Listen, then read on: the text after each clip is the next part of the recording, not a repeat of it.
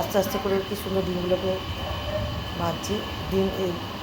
ডিমের টেবিল করছে, খুব সুন্দর করে ডিমের টেবিল করছে।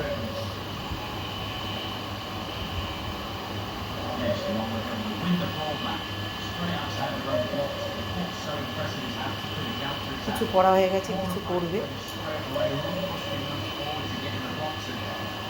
আস্তে আস্তে দেখো কীভাবে ডিমের টেবিল করতে হয়, সব দেখে নাও।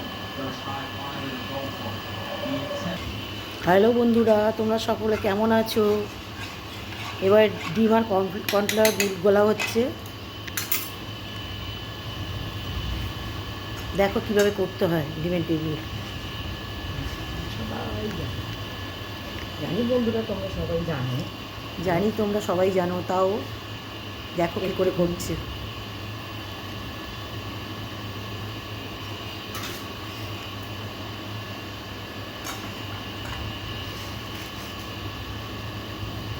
ডিমের গোলায় গুলে ব্রেড ক্রাম্ব দিচ্ছে, দিয়ে করে রাখছে।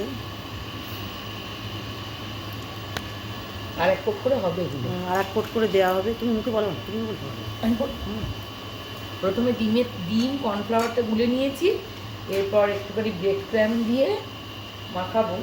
জানি বন্ধুরা আপনারা সব কিছুই জানেন, তবুও একটুখানি নিজের আনন্দ পাওয়া, আপনাদের সাথে কথা শেয়ার করে। আর এক কোট করে হবে এগুলো, তবে খেতে মচমচে হবে। নইলে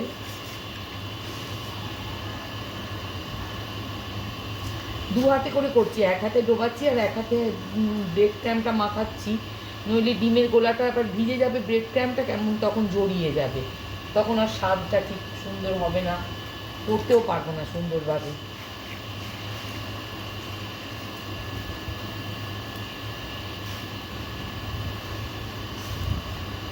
বন্ধুরা গরম করলাম কড়াইয়ে তেল, এবার আস্তে আস্তে টেবিলগুলোকে ছাড়ছি, ডিমের টেবিলগুলোকে দুটো দুটো করে ভাজছি, ভয় লাগে বাবা যদি ছেড়ে যায়, তাই জন্য দুটো দুটো করে ছাড়ছি।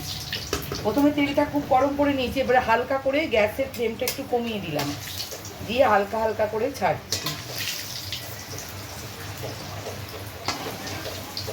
একটা পিঠ করে হোক, তারপরে আর একটা পিঠ করে উল্টে দেবো।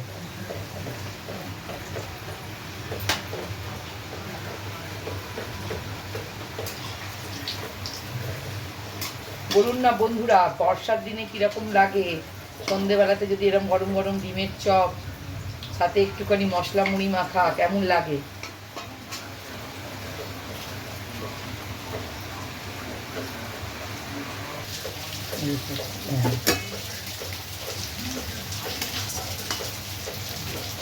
এই যে বন্ধুরা, শেষ দফায় এই চারটে ভাজা বাকি ছিল, এটা ভেজে নিলাম। আপনারা সবাই আমার চ্যানেলটা যদি ভালো লাগে আর নতুন নতুন যদি রেসিপি পেতে চান, তাহলে দয়া করে আমার চ্যানেলটাকে লাইক ও ছোট্ট করে সাবস্ক্রাইব করে দেবেন।